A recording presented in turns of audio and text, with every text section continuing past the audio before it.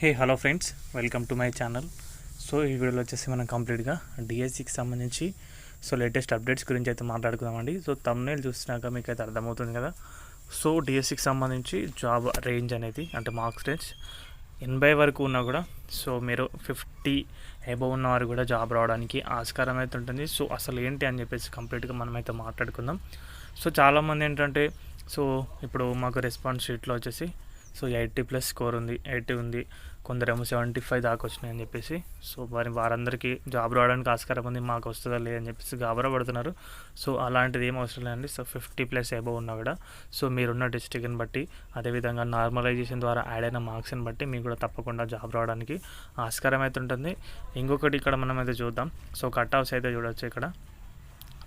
Cut off చూసుకుంటే ఓసీకి వచ్చేసి 65 to 70, females వచ్చేసి 60 to 68 ఉంది.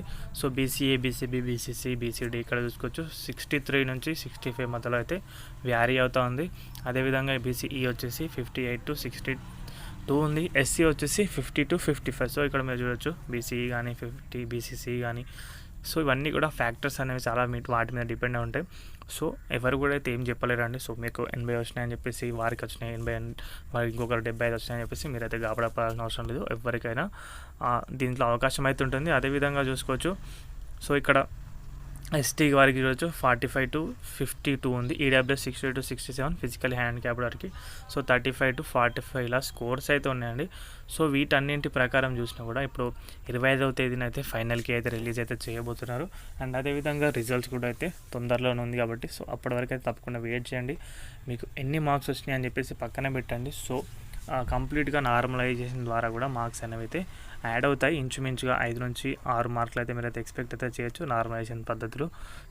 అన్నీ కూడా యాడ్ చేసుకొని చెప్పలేమండి, ఎవరికైనా జాబ్ రావడానికి అవకాశం అయితే ఉంటుంది. అసలు దిగులు పడాల్సిన అవసరం అయితే లేదు. కట్ ఆఫ్స్ అయితే ఇవి. అండ్ అదేవిధంగా ప్రతి ఒక్కరు కూడా అవకాశం అవుతుంది. వీడియో అయితే ఇంతే గైస్.